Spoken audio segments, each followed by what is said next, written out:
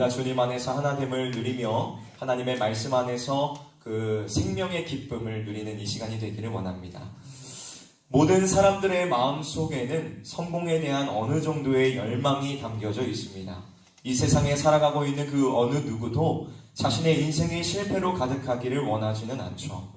여기 계신 우리 모든 성도님들께서도 실패가 아닌 성공을 바라며 성공에 대한 열망과 갈망을 가지고 계실 것이라 생각합니다. 그렇다면 여러분, 성공이란 무엇일까요? 보통 성공이라 함은 다른 사람들보다 높은 곳에 서고 자신이 원하는 것을 이루는 상태를 의미합니다. 그렇다면 그리스도인들에게 있어서 성공도 동일한 의미를 지닐까요? 오늘 우리가 말씀을 통해서 성공이란 무엇인지에 대해 살펴보기를 원합니다.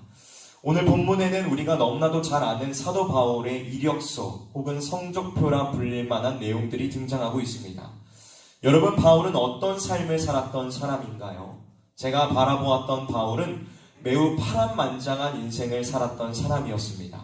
그는 본래 예수를 믿는 자들을 핍박하며 죽이는 일에 앞장섰던 사람이었습니다. 그러나 다메섹 도상에서 예수 그리스도를 만난 이후 그리스도의 복음을 전하는 일에 온 생명과 열정을 다하는 사람으로 이전과는 완전히 다른 삶을 살아가게 되었습니다. 그의 인생 속에 나타난 하나님의 섭리로 인하여 그의 세계관과 가치관은 180도 변하게 되었고 삶의 목적과 살아가는 이유 역시 완전히 변화되게 되었습니다.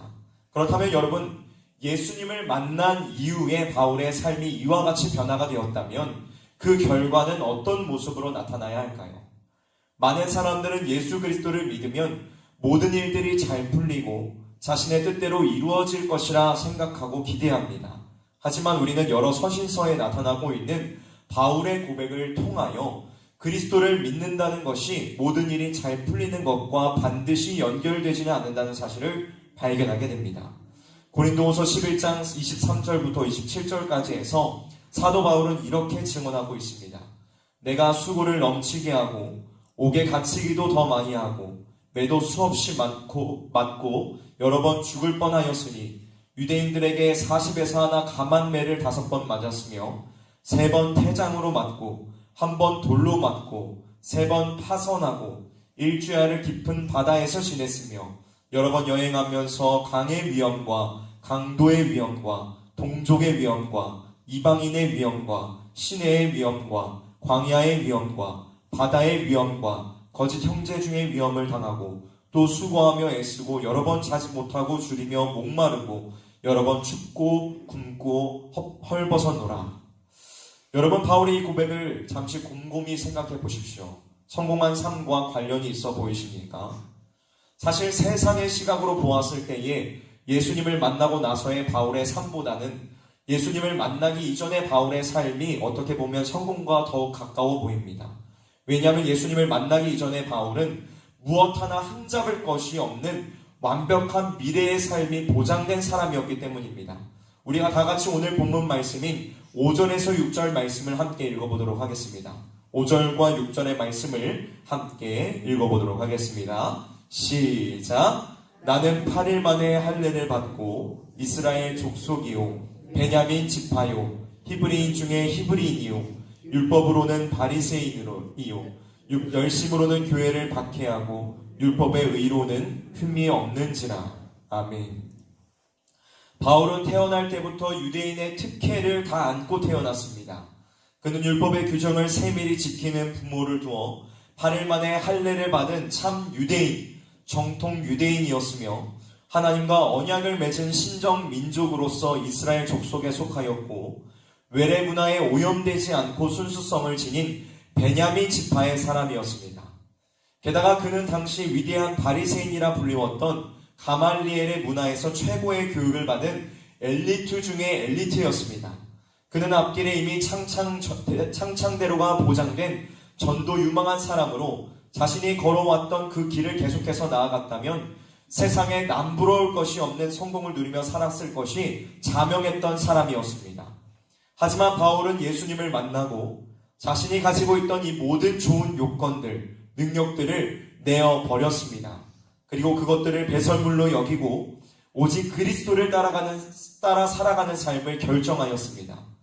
여러분, 만약 바울의 이 결정을 세상 사람들이 보았다면 뭐라고 말하였을까요? 미련하다, 스스로 실패한 삶을 결정했다, 자기 복을 자기가 찾다라고 말했을 것입니다. 하지만 우리가 보기에는 어떻습니까? 바울은 실패한 사람인가요? 아니요. 우리는 그 누구도 바울을 실패한 사람이라고 생각하지 않습니다. 이것을 통해 우리는 우리가 가진 성공에 대한 개념, 생각이 세상이 말하는 성공과는 다른 것임을 발견하게 됩니다. 그렇다면 바울이 바랬던 참된 성공의 삶은 어떠한 삶이었을까요? 우리가 함께 말씀을 통해서 나누어 가기를 원합니다. 먼저 첫 번째로 바울은 그리스도를 얻는 삶을 살라라고 권면하고 있습니다. 여러분, 우리의 인생 가운데서 참된 성공을 누리는 길은 그리스도를 얻는 삶에 있습니다. 믿으십니까? 여기에서 얻는다라는 이 표현은 상업적인 용어로서 두 물건을 저울에 올려두고 그것들을 비교하여 좋지 않은 것은 버리고 좋은 것은 선택하는 것을 의미하는 것입니다. 즉, 여기에서 그리스도를 얻으라는 이 사도의 권면은 우리의 삶의 우선순위에 있어서 그리스도가 가장 중요한 위치에 있는가를 물어보고 있는 것입니다. 여러분은 지금 삶 속에서 무엇을 가장 우선시 여기고 있으십니까? 예수 그리스도께서 여러분들의 삶 속에 가장 중요한 위치에 자리 잡고 있으십니까? 참으로 안타깝게도 오늘날 많은 그리스도인들은 그리스도를 얻는 것에, 그리스도를 삶의 가장 중요한 위치에 두는 것에 큰 가치를 두지 않는 것처럼 보입니다. 믿음과 신앙을 가지고 있다 말은 하면서도 실제 삶 속에서는 주님과 다른 세상의 좋은 것들 사이에서 저울질하는 모습들을 많이 보게 됩니다. 주님보다 사업이 우선시될 때가 있고, 주님보다 사람의 관계가 우선시될 때가 있고, 주님보다 가족과 건강이 우선될 때가 있습니다. 물론 우리의 사업, 사람과의 관계, 가족과 건강, 이 모든 것들도 다 물론 중요한 것이죠. 하지만 여기에서 말씀을 드리고 싶은 것은 이 모든 것들이 주님보다 우선되어서는 안 된다는 것입니다. 우리는 절대로 이 순서를 바꾸어서는 안 됩니다. 우리는 이러한 생각을 쉽게 가질 때가 있습니다. 주님, 이 사업이 잘 되면 열심히 신앙생활 하겠습니다. 주님께서 먼저 이것을 해주신다면 내가 이 신앙생활 이전보다 열심히 잘 해보겠습니다. 이러한 모습은 우선순위가 바뀌어진 사람의 전형적인 모습을 보여줍니다. 사랑하는 성도 여러분, 우리의 삶 속에서 그리스도보다 우선시 될 수 있는 것은 없습니다. 우리가 자주 부르는 찬송가의 가사와 같이 주 예수보다 귀한 것은 우리의 삶에 존재할 수가 없다는 것입니다. 우리는 하나님과 바른 관계 속에 있을 때야만이, 주님과 바른 관계 속에서 살아갈 때야만이 참된 성공하는 삶을 누릴 수 있습니다. 이 시간 우리 자신을 돌아볼 수 있기를 원합니다. 나는 진정으로 주님을 내 삶의 최우선순위에 두고 살아가고 있는가? 아니면 내 스스로를 속이며 주님을 최우선순위에 놓았다 착각하고 다른 것을 더 우선하며 살아가고 있는 것은 아닌가를 돌아보면서 만약 주님을 우선시하는 삶을 살아가고 있지 못하다면 이 시간 주님께로 돌이킬 수 있는 은혜를 누리는 저와 여러분들이 되시기를 주님의 이름으로 간절히 소망합니다. 다음으로 그리스도를 얻는 삶은 그리스도를 믿고 아는 삶, 그리스도를 발견하는 삶을 말합니다. 우리는 그리스도를 아는 지식을 가지고 있을 때에, 즉 그리스도께서 우리를 위하여 어떠한 일들을 하셨고 이를 통하여 우리에게 어떠한 복을 주셨는가를 알 때에 우리는 그리스도를 얻을 수 있습니다. 그렇다면 주님께서는 우리를 위해 어떠한 일들을 하셨고 또 우리에게 어떠한 복을 주셨을까요? 주님은 영원한 죽음이라는 형벌에 처한 우리를 구원하시기 위해 십자가에서 죽으시기까지 순종하셨습니다. 주님은 자신의 생명을 내어줌으로 우리의 죄를 청산하셨으며 온전한 순종을 통하여 하나님께로부터 난 의를 만들어내셨습니다. 그리고 우리는 주님께서 이루신 이 의를 믿음으로 말미암아 얻게 되었습니다. 믿으십니까? 우리는 주님으로 인하여 참된 성공의 삶을 살 수 있게 되는 놀라운 복을 얻게 된 것입니다. 신학자인 싱클레어 퍼거슨이라는 분은 그리스도를 알고 믿음으로 얻게 되는 7가지 복에 대하여 이렇게 말합니다. 그리스도를 알고 믿는다는 것은 이 7가지의 복을 포함합니다. 첫째, 그리스도와 연합하며 그 안에서 교제하는 복을 누립니다. 둘째, 죄의 용서를 받습니다. 셋째, 과거의 실패에 대한 죄책감과 수치심이 해소됩니다. 넷째, 죄의 지배와 어둠의 권세로부터 구원을 얻습니다.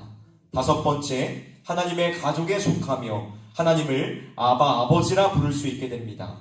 여섯 번째, 영생에 대한 확실한 소망을 얻습니다. 일곱 번째, 예수님처럼 살아가기를 바라는 새로운 갈망을 얻게 됩니다. 사랑하는 성도 여러분, 우리는 그리스도를 아는 참된 지식을 얻을 때에 성공하는 삶을 살아갈 수 있습니다. 여기에서 그리스도를 안다는 것은 단순히 예수 그리스도에 대한 정보를 갖는다는 것을 의미하지 않습니다. 그리스도를 안다는 것은 예수님께서 나를 구원하시기 위하여 어떠한 일들을 행하셨는지를 마음속 깊은 곳으로부터 깨달으며 그로 인해 어떠한 복을 누리게 되었는지를 깊이 삶을 통하여 경험적으로 아는 것을 말하는 것입니다. 우리 모두에게 이러한 참된 알미 있기를 원합니다. 단순히 머리로만, 정보로만 그리스도를 아는 것이 아니라 하나님과 나의 관계 안에서 예수님께서 어떠한 분이신지를, 또 그리스도를 통하여 소망 없는 삶을 살아가던 우리가 어떠한 복을 얻게 되었는지를 발견하는 저와 여러분들이 되시기를 주님의 이름으로 간절히 소망합니다. 다음 두 번째로 바울은 그리스도의 죽으심을 본받는 삶을 살라 권면합니다. 여기에서 죽으심을 본받으라는 것은 고난에 동참하라는 것을 의미하는 것입니다. 성공과 고난, 우리가 이 두 가지의 개념이 가진 의미를 생각할 때에 이 둘은 전혀 상관이 없을 것과 같은 대치되는 단어로 보입니다. 그러나 실상 우리가 성경을 살펴보면 성경은 성공으로 가는 길에 고난과 역경이 분명히 있을 것이라는 것을 말씀해주고 있습니다. 욥기 23장 10절의 말씀은 우리가 잘 아는 말씀이죠. 그러나 내가 가는 길을 그가 아시나니 그가 나를 단련하신 후에는 내가 순금과 같이 되어 나오리라. 여러분, 성경은 우리가 참된 성공으로 가는 길에 평지만 있을 것이다, 순탄한 길만 있을 것이다 말씀해주고 있지 않습니다. 성경은 이 길은 자신을 부인하며 모든 고집과 아집, 자존심과 같은 모든 자아가 산산이 부서져야 하는 아주 뼈아픈 곳이라는 것을 가르쳐주고 있습니다. 여러분, 이 땅에 오신 주님을 생각해 보십시오. 우리 예수님께서도 십자가를 지시기 위하여 묵묵히 고난의 길을 가셨습니다. 사람들의 핍박과 폭력 속에서도 우리 주님은 그들을 저주하거나 보복하시지 않고 오직 하나님만을 바라보며 자신의 길을 가셨다는 것입니다. 사랑하는 성도 여러분, 참된 성공을 위하여 우리가 가야 하는 길이 바로 이러한 길입니다. 주님의 고난에 동참하며 묵묵히 하나님만을 바라보며 가는 것, 주님의 죽으심을 본받아 살아가는 것이 우리가 참된 성공으로 가는 길이라는 것입니다. 우리나라에서 처음으로 성경 전체에 주석을 쓰셨던 박윤선 목사님은 그의 가르침을 받는 학생들에게 침묵 정진하라 하였습니다. 침묵 정진이란 어떠한 일이 발생한다 하더라도 하나님을 바라보며 끝까지 침묵하고 묵묵히 나아가는 것을 말씀하는 것입니다. 우리 모두가 침묵 정진할 수 있기를 원합니다. 어떠한 고난과 어려움이 온다 할지라도 묵묵히 침묵하며 정진하여 승리하는 삶을 누리는 우리 모든 성실의 성도님들이 되시기를 주님의 이름으로 간절히 소원합니다. 마지막 세 번째입니다. 우리가 그리스도를 얻고 그리스도의 죽으심을 본받는 삶을 살아가기로 하였다면 이제 표대를 향해 달려 나아가야 합니다. 비록 우리에게 쓰러지고 넘어지는 일이 있다고 해도 다시 일어서서 목적지를 향해 힘있게 달려 나아가야 합니다. 제가 얼마 전에 유튜브에서 한 영상을 보게 되었는데 그게 무슨 영상이었냐면 600m 여자 육상 경기의 결승 영상이었습니다. 이 영상에서는 5명에서 6명의 이제 여자 육상 선수들이 목표 지점을 향해 달려가고 있었는데 절반도 되지 않은 지점에서 가장 선두에서 뛰고 있던 선수가 발을 헛디뎠는지 중심을 잃고 넘어지게 되었습니다. 보통 열심히 뛰어가다 넘어지면 좌절하고 포기할 법한데 이 선수는 넘어지자마자 다시 자세를 곧장 바로 잡더니 차이가 조금 나지만 전력을 다해 뛰기 시작하였습니다.